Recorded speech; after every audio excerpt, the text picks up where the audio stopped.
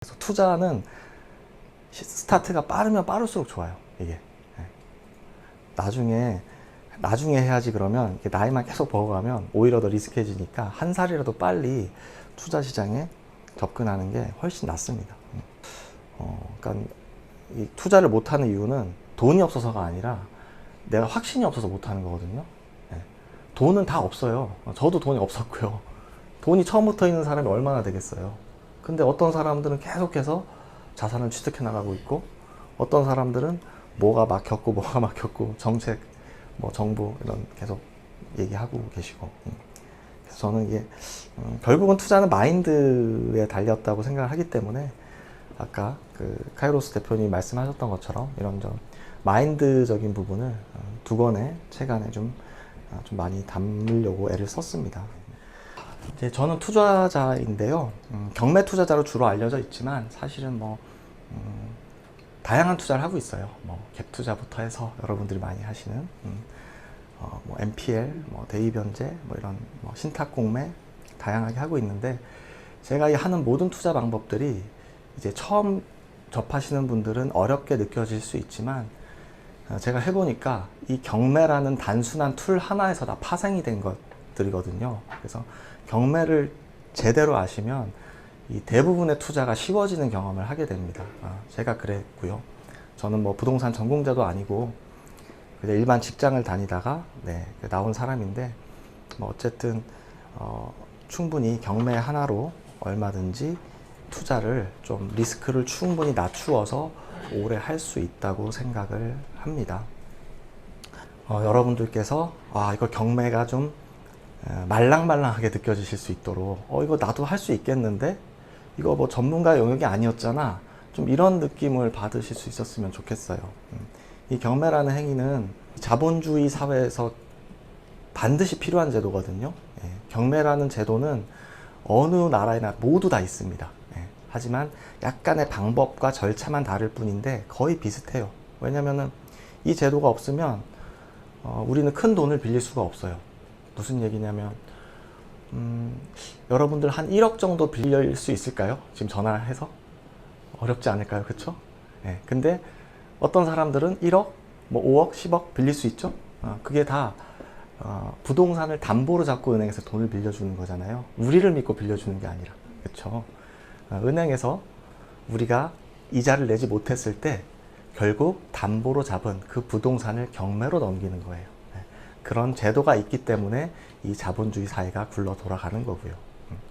신용사회죠. 그렇습니다. 그래서 전체 도해도인데 잠깐 설명을 드리면, 경매 신청부터 개시 결정을 하고 준비를 하고 이런 어려운 용어들이 나와 있지만, 이거는 이 도해도를 모두 알 필요는 없어요. 사실은 이거 몰라도 얼마든지 돈 잘 버시는 분들도 많이 있고요. 우리가 너무 이 어려운 용어라든지 이 법률 절차에 포커스를 맞추다 보니까 경매가 어렵구나 이런 생각들을 하시는 것 같은데, 전작인 까만 책, 그 부동산 경매 기술에 제가 최대한 쉽게 이렇게 풀어서 다 써놨거든요. 그러니까 시간이 되시면 차라리 그 책 한 번만 정독을 해보셔도 충분히 경매에 대한 허들이 낮아질 수 있을 거란 생각을 합니다. 그래서 오늘은 좀 쉽게 설명을 한번 최대한 드려보도록 할게요. 자, 일단 목표를 좀 정하는 게 저는 더 중요하다고 생각을 해요. 재테크, 특히 재테크는 내가 뭘 원하는지 모르고 접근하는 분들이 너무 많아요. 그냥 막연히 나 돈 벌고 싶은데 이렇게 접근해서는 답이 안 나오는 겁니다. 목표를 정하는 게 중요한데요. 저는 크게 세 가지로 나눠봤어요. 첫 번째는 시세 차이. 내가 얼마에 예를 들어 한 3천만 원을 투자해서 1,000만 원을 벌고 싶어. 이런 유의 것들이 다 시세 차익형, 매매 차익형 투자고, 나는 급여, 월급에 좀 월세를 받고 싶어. 한 달에 50이던 100만 원이던 그런 임대 수익형 투자가 있고요. 또 어떤 분은 나 지금 아직 전월세를 살고 있는데 내 집 마련도 안 된 상태에서 무슨 투자야, 일단 내 집 마련부터 하자, 이런 분도 계실 거예요. 제가 크게 세 가지 부류로 나눌 수가 있겠더라고요.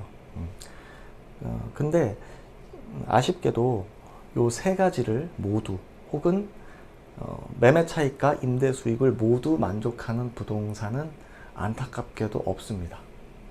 그래서 내가 매매 차익을 원하면 여기에 맞는 부동산을 공부를 열심히 하셔야 되고요.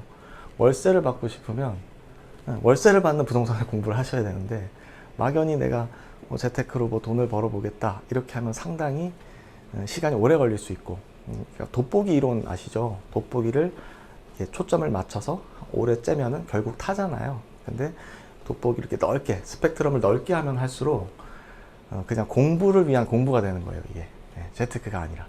그런 분들 너무 많이 봐왔기 때문에 목표를 좀 명확하게 하셨으면 좋겠어요. 저는 사실 요 임대 수익형 투자를 먼저 시작한 사람이긴 해요. 12년 전부터. 저의 꿈은 아무것도 하지 않아도 딱 잠자고 일어났을 때 월세가 내 통장에 찍히는 거, 이게 너무 해보고 싶었거든요. 그래서 이 임대 수익형 투자에 맞추다 보니까 상대적으로 이 자산 규모가 늘질 않았어요. 제가 두 가지 만족하기 어렵다 그랬잖아요. 제 주위에는 투자자분들이 많이 계신데 대부분 요 시세 차익형 투자자분들이 많으세요. 이분들은 자산도 엄청 많지만 반대로 막 종부세 걱정하시고 현금 흐름이 또 안 돌다 보니까 장단점이 있는 거예요. 그래서 가장 베스트는 뭐 다 하면 좋겠지만 먼저 어떤 거를 먼저 할지는 이제 여러분들의 선택사항이 되는 겁니다. 자, 부동산 경매. 여기 이제 경매 법정인데요. 뭐 이렇게 써 있네요. 말이 되게 어렵게 써 있어요. 이게 부동산 경매래요. 이렇게 써 있는 게, 여기서 혹시 알아듣기 쉬운 단어가 있을까요? 제가 빨간색으로 표시만 한 단어만 봐도 잘 모르시겠죠? 도대체 저게 무슨 얘기지? 제가 한번 풀어볼게요. 자, 채권자로부터 경매 신청이 들어오면, 채권자는 뭐냐면 돈 받을 사람이에요. 돈을 빌려줬으니까 받으려고 하겠죠? 주로 은행이 되겠네요. 은행을 쉽게 채권자로 이꼴 해서 은행 쓰셔도 돼요. 신청이 들어오면 법원은 채무자 소유의 부동산을 돈을 빌려 쓴 사람을 채무자라고 하죠. 저를 포함한 여기 계신 모든 분들은 다 채무자입니다. 그렇죠? 부동산을 처분하지 못하도록 부동산 등기에 압류한 후, 와, 어려운 단어가 계속 나와요.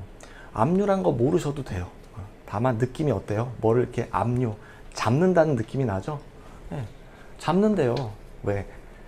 다른 데 못 팔게, 경매로 팔아야 되는데 딴 데 못 팔게 압류를 한 후 채무자 소유의 재산을 매각한다. 판다는 것 얘기잖아요. 매각이라는 거는. 그 팔아서 뭐 할 건데요? 판다는 뜻은 어떤 낙찰가, 매입 금액이 나올 겁니다. 그 금액 가지고 처음에 맨 첫 줄에 있는 채권자한테 돈을 주는 거예요. 그게 바로 경매입니다. 이거예요. 그래서 지금 들어보시면 이런 거구나 느낌만 아시면 되는 거지, 굳이 채권자, 채무자, 압류, 가압류, 뭐 담보가 든 이런 막 어려운 얘기들을 처음부터 접하게 되면 초보일수록 이거는 내가 할 게 아닌가 보다, 이게 지레 겁을 먹게 되는 거죠. 그럴 필요가 전혀 없어요. 그냥 채권자한테 돈을 주기 위해서 진행되는 게 부동산 경매구나. 부동산 경매가 있어서 채권자인 은행들이 우리한테 돈을 1,000만 원, 억 단위로 돈을 빌려주는구나. 이 정도 느낌만 하셔도 괜찮습니다. 자, 경매의 장점은 여러 가지가 있지만 일단 싸게 살 수 있다는 거예요. 싸게 살려고 다 하는 거니까 우리가 뭐 하다못해 어떤 물건을 사려고 해도 가격 비교, 전자제품은 다나와인가 막 그런 것도 쓰고, 단돈 막 그 몇만 원 싸게 살려고 눈 뻘개져 가지고 막, 그쵸, 몇 시간씩 검색하고 하잖아요. 근데 부동산은 상대적으로 고가죠. 그러면 단 5%만 싸게 사도 10만 원짜리 5% 싸게 사는 것과 1억짜리 5% 싸게 사는 것과, 그쵸? 10억짜리 5% 싸게 사는 것은 단위가 다르게 되죠. 이게 쌓이면 그래서 삶의 질이 바뀔 수 있다는 거예요. 근데 초보일수록 나는 한 30-40% 싸게 사야지, 이런 생각들을 하시는 분들이 의외로 많다는 거죠. 그러면 그게 가능할까요? 초보자는 불가능해요. 왜요? 아직 경험치가 없으니까. 그래서 시세보다 조금 싸게 사는 것을 목표로 경험을 쌓아나가는 것이 무엇보다 중요하다. 제가 10년 전에 그랬거든요. 그 당시에 제가 월급이 300만 원이 채 안 됐어요. 그래서 제가 내 월급 한 2배만 벌어도 소원이 없겠다, 이런 생각으로 접근을 하니까 낙찰이 너무 쉬운 거예요. 막 하루에 3개 입찰하면 정말 운이 없게도 3개 다 낙찰이 돼요. 그 막 대출도 막 다 알아봐야 되고 경험치가 계속 쌓이는 거죠. 네. 저는 이런 식으로 시작을 했던 겁니다. 그래서 저의 이런 노하우나 마인드들이 이런 책에 다 담겨져 있고요. 자, 두 번째로는 중개 수수료가 없어요. 이것도 좀 장점 중 하나인데, 이 부동산 경매는 중개업소를 통해서 부동산을 사고 파는 게 아니죠. 어디를 통해서 사고 파냐면 법원을 통해서 사고 파는 거예요. 우리는 대한민국 국민의 한 사람으로서 법원의 서비스를 이용을 하는 거예요. 중개 수수료 필요 없죠. 세이브가 될 거고, 또 취득가액이 시세보다 낮아지는 만큼 취득세도 낮아질 거고, 뭐 국민주택 채권이라든지 뭐든 같이 떨어질 겁니다. 자, 토지거래 허가, 뭐 어려운 분은 패스하셔도 됩니다. 이런 이제 지금 부동산을 매입할 때 정부에서 어떤 뭐 페널티 내지는 제약들이 있는데, 이런 것들도 다 경매는 빠져 있어요. 자금 조달 계획서도 제출하지 않아도 돼요. 그래서 경매는 정말 장점이 많아요. 제가 해보니까 너무나 많더라. 그리고 무엇보다 안전해요. 많은 분들이 잘못 알고 계신 게 경매는 좀 위험한 거 아니야? 전혀 그렇지 않아요. 위험한 건 오히려 일반 매매가 조금 더 위험해요. 제가 해보니까. 일반 매매는 어떻죠? 내가 모르면 매도인 매수인 간 쉽게 얘기해서 거래한 것을 100% 신뢰할 수가 없어요. 둘이 짜고 뭐 3억짜리를 2억 5천에 거래하자 할 수도 있는 거고, 4억에 거래하자 할 수도 있는 거고, 그쵸? 근데 경매는 그런 편법이 통하지 않는다는 얘기죠. 오히려 더 투명하고 확실하고 정확하다, 부동산 경매가. 자, 일반 매매는 이렇게 막 보험이 들어져 있지만 뉴스에 나오듯이 막 보상도 제대로 잘 되지 않는 경우가 많고요. 의외로 상당히 리스크가 있다, 이렇게 뭐 이해를 하시면 될 것 같아요. 자, 경매로 부동산만 싸게 살 수 있냐, 뭐 아파트 빌라만 있는 게 아니라 저는 좀 다양한 부동산에 투자를 하는 편인데, 여기 보시면 뭐 숙박시설도 있고요, 목욕탕도 있고, 뭐 창고도 있고, 뭐 덤프트럭도 있고요, 뭐 SUV, 중장비, 양어장, 콘도 다 살 수 있어요. 등기 등록된 모든 자산을 싸게 살 수 있다는 얘기죠. 로직은 똑같으니까, 비슷하니까 얼마든지 접근을 쉽게 할 수가 있는 건데, 내가 하고 싶은 거 하시면 돼요. 저처럼 막 가리지 않고 다 하셔도 되고, 나는 땅이 좀 좋아, 그러면 땅만 하셔도 되고, 사람마다 원하는 게 다 다르겠죠. 얼마든지 싸게 살 수 있다. 배도 이거 보세요. 감정가가 막 7억대 막 잡혀 있잖아. 이런 큰 배들 낙찰가 보면 1억 9,200 얼마 돼 있잖아요. 5억씩 싸게 살 수 있다고요. 이렇게 배도 등기 등록된 자산이고 똑같이 재산세도 내고요. 이런 것도 싸게 살 수 있어. 이게 어디 있을까요? 막 그러면 뭐 거제시 고현한 북서축 인근 해상 정박중 막 이렇게 써 있어요. 이거 보려면은 정박된 데 가서 봐야 돼요. 이런 식으로 얼마든지 부동산만 싸게 사는 게 아니란 말씀이에요. 뭐 배만 싸게 살 수 있냐? 그렇지 않아요. 자동차도. 제가 이거 이제 업무용 차로 쓰려고 실제로 입찰을 했던 사건이에요. 업무용 차가 다 휘발유다 보니까 경유차가 좀 많이 이렇게 타기에는 경제적이잖아요. 그래서 이왕이면 직원들이 벤츠를 타고 조사를 하면 더 열심히 하지 않을까? 이런 생각에 입찰을 했어요. 이런 것들도 다 이렇게 나와요. 뭐 주행 거리, 뭐 미시전, 연료, 색깔, 배기량 다 나온단 말이죠. 물론 뭐 이런 매장 가서 정가를 다 주고 살 수도 있지만, 그렇죠? 경매로 얼마든지 싸게 취득할 수가 있는 거죠. 여러분들도 이제 아셔야 돼요. 이미 남들은 다 하고 있거든요. 근데 언제까지 경매가 어렵다? 무섭다? 이거는 이제 좀 시대 흐름에 맞지 않습니다. 네.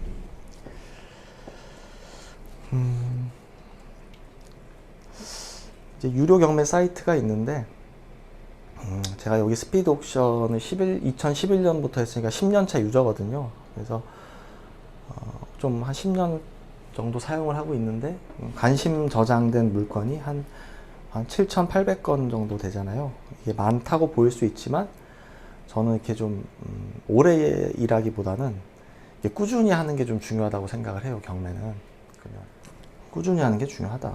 요거 아마 발품불패라는 카페가 있는데, 거기에 요 책을 인증하시면 그 카페 주인장인 그 초인용 쌤, 유근용 대표님이 아마 이 스피드 옥션 무료 이용권을 드릴 거예요. 한 달에 뭐 8만 얼마인가 그런데 그게 공짜예요. 얼마나 좋아요, 그렇죠? 이거 시청하시는 분들은 책 사진 인증해서 올려주시면은 처음부터 그 막 큰 돈 들여서 하지 마시고 무료로 써보고 나한테 맞으면 뭐 그때 결제를 하시는 방법을 추천을 드립니다. 또 유료 사이트가 얘만 있는 게 아니거든요. 뭐 지지옥션, 굿옥션, 뭐 부동산 태인 여러 개가 있기 때문에 나한테 맞는 거를 여러 개 써보고 초이스를 하는 게 더 좋습니다. 약간의 방식들의 차이가 있어요. 아파트 경매부터 좀 해볼까요?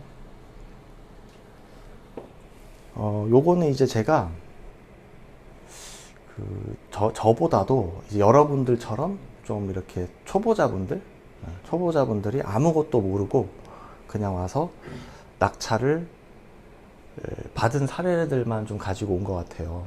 그러니까는 막 대단히 어렵게 막 고수들이 한 게 아니라 여러분들처럼 이렇게 처음 와서 듣고 그냥 낙찰을 받은 거죠.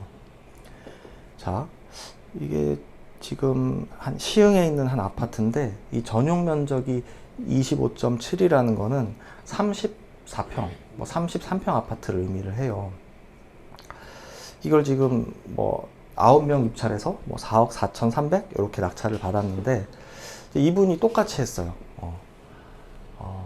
정말 제가 나이들이 대부분 뭐 한 30대, 뭐 20대 후반, 30대 초반 이렇거든요. 경매 기억자도 모르고 나이가 많지가 않아요, 이분들이. 근데 낙찰을 이제 한 1,000만 원, 한 1,500만 원만 남아도 좋겠다. 약간 이런 느낌으로다가 간 거죠. 볼까요? 얼마 남는지. 물론 뭐 우리가 시세가 앞으로 어떻게 변할지는 몰라요. 전혀 모르는 거니까. 여기 보면은 현재 그 당시에 조금 얼마 되지 않아서 지금 2020년 2월 달에 잔금 납부를 했는데 3월 달에 최저가가 5억이었죠. 그죠? 그러면 뭐 1,000만 원, 2,000만 원이 아니라 뭐 취득세를 감안한다 하더라도 그쵸? 한 일반 직장인의 한 연봉 그 이상은 버는 거죠. 지금 시점에서 보면 아마 훨씬 더 많이 올라갔을 거예요. 그래서 이게 뭐 경매로 뭐 억 단위로 버는 것이 무슨 뭐 대단한 스킬을 요구하는 게 아니라 그냥 입찰해서 정말 뭐 30대 막 초중반의 젊은 분들도 되게 많이 하고 있다. 이런 것들을 좀 말씀을 드리고 싶어요. 네.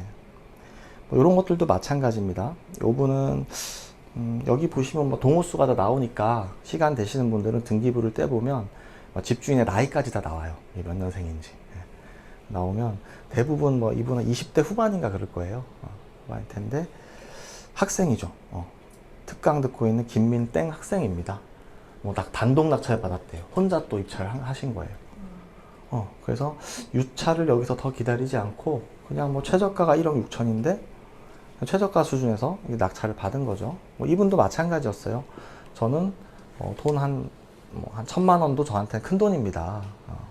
그리고 경험도 쌓을 수 있으니까 이렇게 시도를 한 거죠. 되게 친구분이랑 같이 오셨던 게 기억에 남는데 요즘 그 20대 분들은 이렇게 임대 사업이 목표예요. 네. 되게 이런 분들도 좀 많은 것 같습니다. 그래서 투자는 스타트가 빠르면 빠를수록 좋아요. 이게 나중에 해야지 그러면 나이만 계속 먹어가면 오히려 더 리스크해지니까 한 살이라도 빨리 투자 시장에 접근하는 게 훨씬 낫습니다. 요분도 이제 여자분이신데 이제 강릉에 교동에 아파트를 낙찰을 받았죠.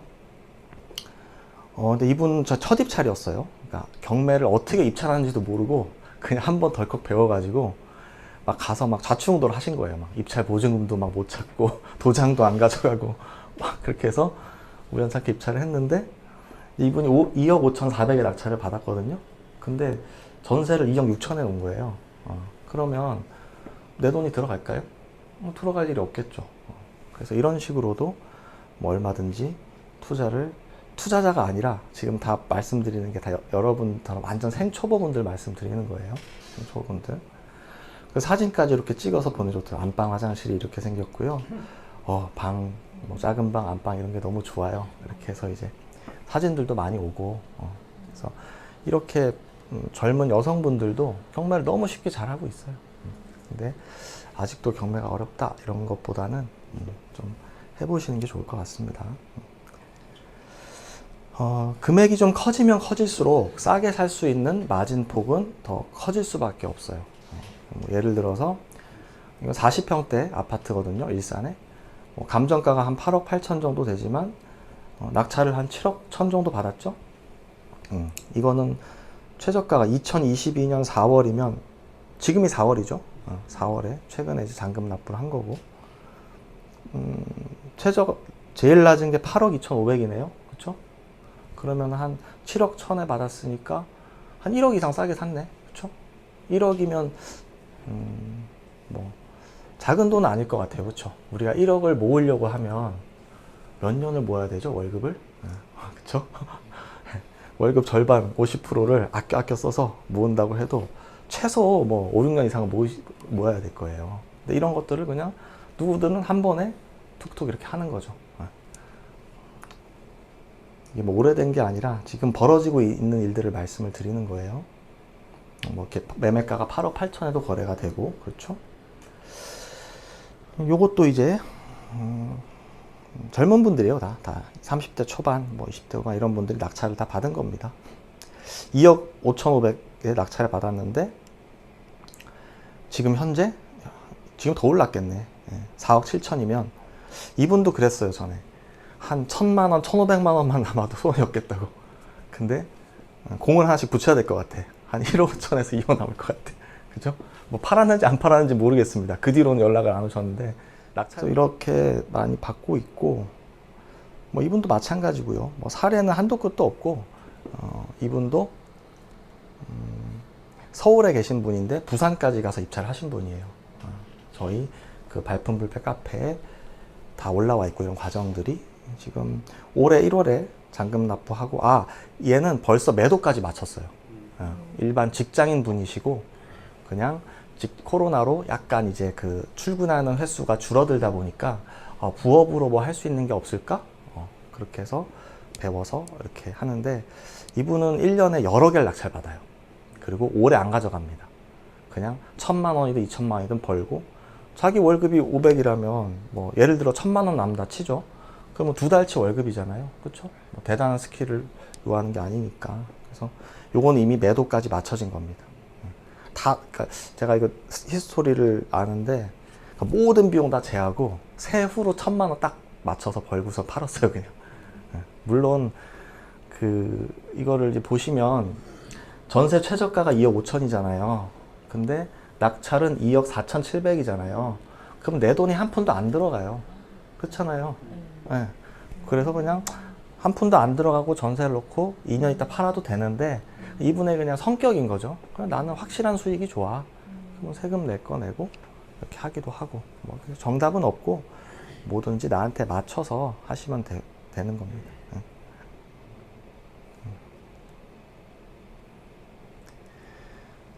애국자기도 해요. 이렇게 경매하시는 분들은 세금을 많이 내거든요. 그렇죠? 물론 좋은 데 쓰여야 되겠지만 세금을 두려워하는 사람도 많고. 근데 세금은 어때요? 남는 게 있으니까 내겠죠. 남아야지 되지 안 남는데 내란 말을 안 하거든요. 그렇죠? 근데 세금 걱정을 다주택자보다 무주택자분들이 더 많이 하세요. 종부세 걱정을 더 많이 1주택자 이런 분들 더 많이 하고, 오히려 다주택자분들은 다 계산이 끝난 상태죠. 아이러니하죠. 여러분들이 그 신포도 이론 있잖아요. 저 포도는 실 거야. 전혀 쉬지 않고 남들은 막 달콤하게 따먹고 있는데 혼자서 늘 그런 이제 그 생각을 하고 있는 거죠. 좀 그런 데서 탈피를 하루빨리 하시는 게 좋습니다. 하루빨리. 요것도 이제 저희 수강생분이 낙찰 받은 거. 요거는 뭐 지금 잔금도 안 낸 거예요. 돈이 좀 부족한 분들은 이렇게 1억짜리, 1억대 아파트들도 여기 이제 전용이 16평이니까 20평 아파트 되겠네요. 이런 것들도 소액으로, 공시가 이렇게 소액으로 낙찰. 지금 4월이죠. 며칠 안 된 거예요. 계속해서 이렇게 투자자가 아닌 분들이 다 생업이 있고, 직장인이고, 젊고, 이런 분들이 계속해서 낙찰을 받고 돈을 벌고 있어요. 이런 것들을 좀 설명을 드리고 싶었습니다. 이제 좀 말랑말랑해지나요? 네. 좀, 나도 할 수 있겠는데. 네, 그죠? 나 이거 안 했지? 네, 이런 느낌이 좀 들어야 되고, 여러분들이 시장 참여자가 많이 되실수록 이 채권자들은 아까 말씀드린 채권자, 채무자 있었잖아요. 다 해피해지는 구조예요. 시장 참여자가 많아질수록 낙찰가가 올라갈 테고, 올라가면 채무자는 더 많은 빚을 탕감받을 수 있고, 돈을 빌려준 사람도 더 많은 돈을 받을 수 있기 때문에 이거는 자본주의 사회를 이롭게 돌아가게 하는데도 도움을 주시는 겁니다. 당연히 정부에서도 다 알고 있겠죠. 다 알고 있습니다. 자, 이제는 아파트만 하면 재미없으니까 오피스텔도 한번 해볼게요. 아까 부동산이 수십 가지가 있었잖아요. 뭐 배도 있었고 뭐 자동차도 있었고 한데 이제 오늘은 부동산 쪽만 일단 좀 해볼게요. 오피스텔도 많이들 하시는 것 같아요. 여기 보시면 이제 일산에 한 오피스텔이 나왔는데 감정가가 한 1억 2천만 원 정도 되죠. 감정가가. 그리고 9,600만 원에 낙찰이 이렇게 된 거예요. 그렇죠? 얘 같은 경우는 지금 복층형으로 돼 있네요. 위가. 그렇죠? 이런 것들을 얼마든지 손품, 인터넷 검색으로 다 알 수가 있어요. 뭐 굳이 이 바쁜 시대에 뭐 현장을 뭐 다 다녀야 되는 것은 아니거든요. 그래서 손품을 얼마든지 팔아서도 입찰을 할 수가 있어요. 뭐 매매 실거래가, 뭐 전세 실거래가, 뭐 이렇게 해서 다 나오는데 얘 같은 경우는 전세가 지금 1억 500, 뭐 1억 이렇게 거래가 됐으니까 뭐 굳이 내가 내 돈이 없다면 뭐 무피 투자가 되겠죠. 내 돈 하나도 안 들어가고. 그래서 꼭 돈이 많아야만 투자를 하는 것은 아니에요. 아까 아파트 사례도 보셨듯이 그러니까 이 투자를 못하는 이유는 돈이 없어서가 아니라 내가 확신이 없어서 못하는 거거든요. 네. 돈은 다 없어요. 저도 돈이 없었고요. 돈이 처음부터 있는 사람이 얼마나 되겠어요. 근데 어떤 사람들은 계속해서 자산을 취득해 나가고 있고, 어떤 사람들은 뭐가 막혔고 정책, 뭐 정부 이런 계속 얘기하고 계시고. 그래서 저는 이게 결국은 투자는 마인드에 달렸다고 생각을 하기 때문에 아까 그 카이로스 대표님이 말씀하셨던 것처럼 이런 좀 마인드적인 부분을 두 권의 책 안에 좀 많이 담으려고 애를 썼습니다. 월세를 받을 수도 있죠. 오피스텔은 이렇게 해서 한 48만 원 정도 받을 수가 있는데 1억을 내 돈 다 안 들어가요. 다 안 들어가고 대출을 받으면 뭐 실투자금 한 3천만 원 정도 내외로 얼마든지 취득을 할 수가 있어요. 네. 이제 레버리지라고 하는 거죠. 전세는 뭐죠? 무이자 대출이죠. 임차인의 보증금을 활용하는 것도 레버리지고, 이건 이제 금융권, 은행에서 뭐 낙찰가의 60%에서 뭐 80% 요거를 대출을 받는 것도 레버리지죠. 이렇게 되는 겁니다. 돈이 아무리 많아도 레버리지는 활용을 하시는 게 좋습니다. 왜냐하면 투자는 계속 하는 거니까 한 부동산에 돈이 묶이게 되면 기회가 왔을 때 투자를 못 할 수 있겠죠. 이제 강남 쪽에도 이렇게 오피스텔이 나오는데 강남에 등기 치고 싶죠. 그렇죠? 예. 저도 그렇습니다. 강남 좋은 건 누구나 다 알죠. 돈이 없잖아요. 그렇죠? 돈이 부족해. 그러면 포기하는 게 아니라 작은 것부터 시작을 할 수 있어요.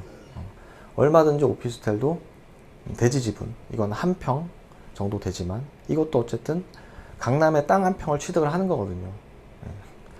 그럼 한 2억 1,450만 원에 낙찰이 됐네요. 이런 것들도 위치를 보면 강남역에서 멀지 않죠. 멀지 않고 수요는 얼마든지 있다고 봐요. 이제 이런 것들도 나 공실 나면 뭐 어떡해요? 이제 이렇게 생각을 하시는 분도 있고, 일단 낙찰을 받고 어떻게든 공실보다는 좀 이렇게 희망적인 부분에 포커스를 맞추는 분도 있고, 뭐 그건 성격 차이긴 한데, 이 모든 투자가 100%는 없어요. 뭐 바로 강남역이 붙어 있어도 뭐 외부 위기가 오면 공실이 날 수도 있는 거예요. 그렇죠? 근데 그런 확률 낮은 것을 계속 생각하기보다는 좀 더 긍정적으로 생각을 하시면 투자를 하시는데 도움이 될 것 같습니다. 이런 것들도 전세가 뭐 2억 2천 이렇게 돼 있으니까 뭐 내 돈 안 들어가겠죠? 강남에 있는 오피스텔도 내 돈 없이 다 사고, 그렇죠? 나는 그냥 월세를 받을래. 뭐 그런 분들은 뭐 75만 원, 단기 임대는 뭐 100만 원 이런 식으로 해서 월세를 받을 수도 있어요. 여러분들 뭐 70만 원, 뭐 50만 원 이런 돈이 작다고 느껴질 수 있는데 그렇지 않습니다. 50만 원이면 1년이면 600만 원이죠. 그렇죠? 여러분들 연봉에 600만 원이 붙는다고 생각을 해보세요. 단위가 달라질 수 있어요, 이게. 그리고 이게 한 개가 아니라 2개, 4개 이제 늘어갈수록 삶의 질이 달라지게 되는 거죠. 처음부터 월세 뭐 수천만 원을 받는 사람은 없습니다. 다 그들도 100만 원을 목표로 했고, 그 다음에 300, 500, 1000, 2000, 5000 이런 식으로 늘려갔던 것 뿐이지, 그래서 월세 뭐 30만 원, 20만 원 이거를 너무 무시하지 않으셨으면 좋겠어요. 일단은 첫 발을 내디뎌서 한번 해보시는 것이 필요합니다. 전세를 줘서 투자금을 모두 회수할 수도 있지만 월세로 세팅을 할 수도 있어요. 한 달에 75만 원씩 이렇게. 요즘 빨간색으로 된 숫자들을 레버리지라고 흔히 표현을 합니다. 내 돈이 아니란 얘기예요. 대출을 받고 보증금도 집주인이 받는 돈이니까. 레버리지가 크면 클수록 이제 실투자금은 낮아지는 그런 구조인 거죠. 그래서 이런 식으로, 물론 대출을 받으면 월세 75만 원에서 이자는 내야 되겠죠. 그렇죠? 근데 이 이자도 사람마다 다 달라요. 신용이 좋고 소득 증빙이 잘 되고 이런 분들은 금리 적용이 낮게 될 거고요. 신용이 안 좋은 분들은 금리가 높게 적용이 되겠죠. 자본주의 사회에서는 그게 당연한 겁니다. 그래서 투자 수익률을 높이기 위해서는 투자를 잘하는 것도 중요하지만 신용 관리를 잘 하셔야 돼요. 증빙 가능한 내 몸값을 높여 나가고, 절대 조금의 연체도 하지 않으시고, 대출을 받지 않으면 신용 등급이 좋아질까요? 전혀 그렇지 않아요. 금융권에서 좋아하는 것은 잘 빌리고 잘 갚는 거예요. 가만히 있는 게 아니라. 더 큰 돈을 빌리고 더 잘 갚으면 신용이 더 좋아지는 거고요. 그래서 오히려 가만히 레버리지를 활용하지 않고 가만히 계신 분들은 신용 등급이 더 잘 쓰고 더 잘 갚는 사람보다 좋아질 수가 없습니다. 아시겠죠? 0.1% 2% 금리 차이도 투자를 좀 많이 하시다 보면 이 수익률에 크게 영향을 미칠 수 있기 때문에 신용 관리도 함께 잘 해나가시길 바랍니다. 일단 2022년 사례들을 다 최대한 좀 짧은 하루 동안 막 넣었어요. 왜냐면 저희가 이제 이 발품불패라는 카페를 운영하다 보니까 수많은 사례들이 계속 나오거든요.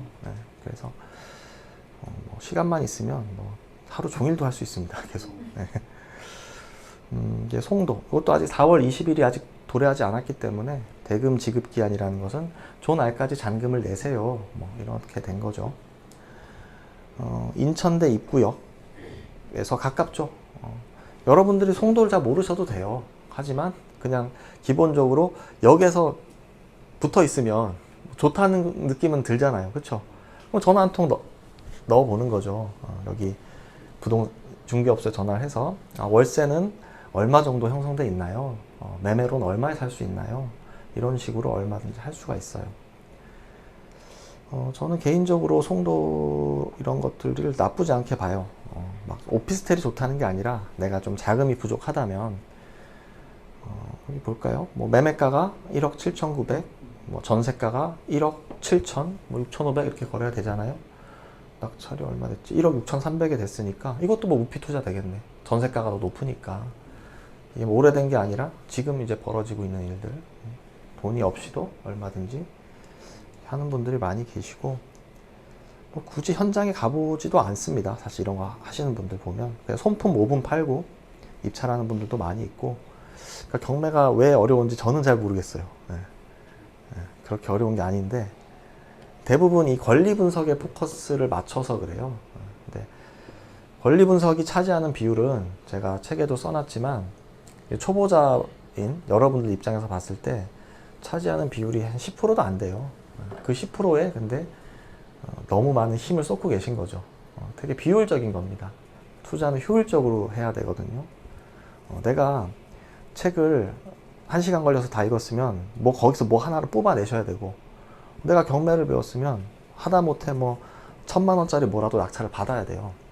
그렇게 좀 생각을 하셔야 되는데 권리 분석만 막 2년, 3년, 심지어 막 5년째 막 박사가 되셨어 막. 근데 아직까지 낙찰이 한 개도 없어. 이게 올바른 방법은 아니라는 얘기죠. 그러니까 이게 하면 할수록 어렵거든요. 공부는 제가 할 테니까 돈은 여러분이 버셔야 돼요. 저는 이제 질문을 받으면 답변을 해야 되니까 당연히 공부해야 되겠죠.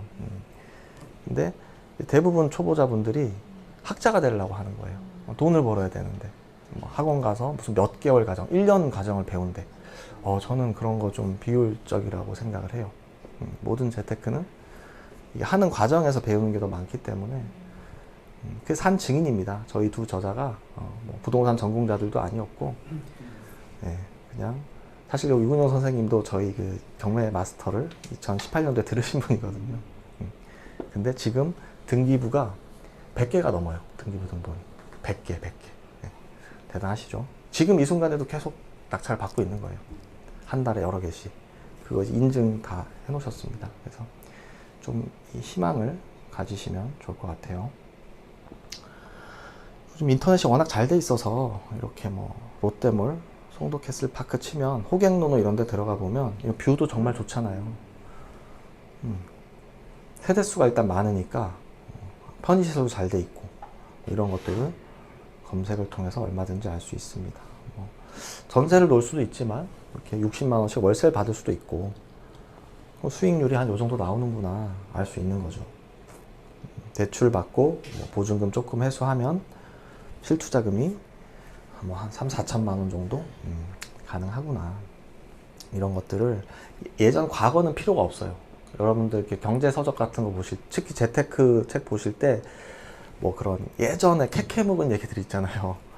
지금 이 순간 이 시대에 통하지 않는 얘기들, 그런 것들 아무리 읽으셔도 시간 낭비예요. 제가 봤을 때는 그런 것들 의미 없고 지금 사람들이 경매로 뭐 하고 어떻게 돈 벌고 있는지 그걸 보셔야죠. 그죠?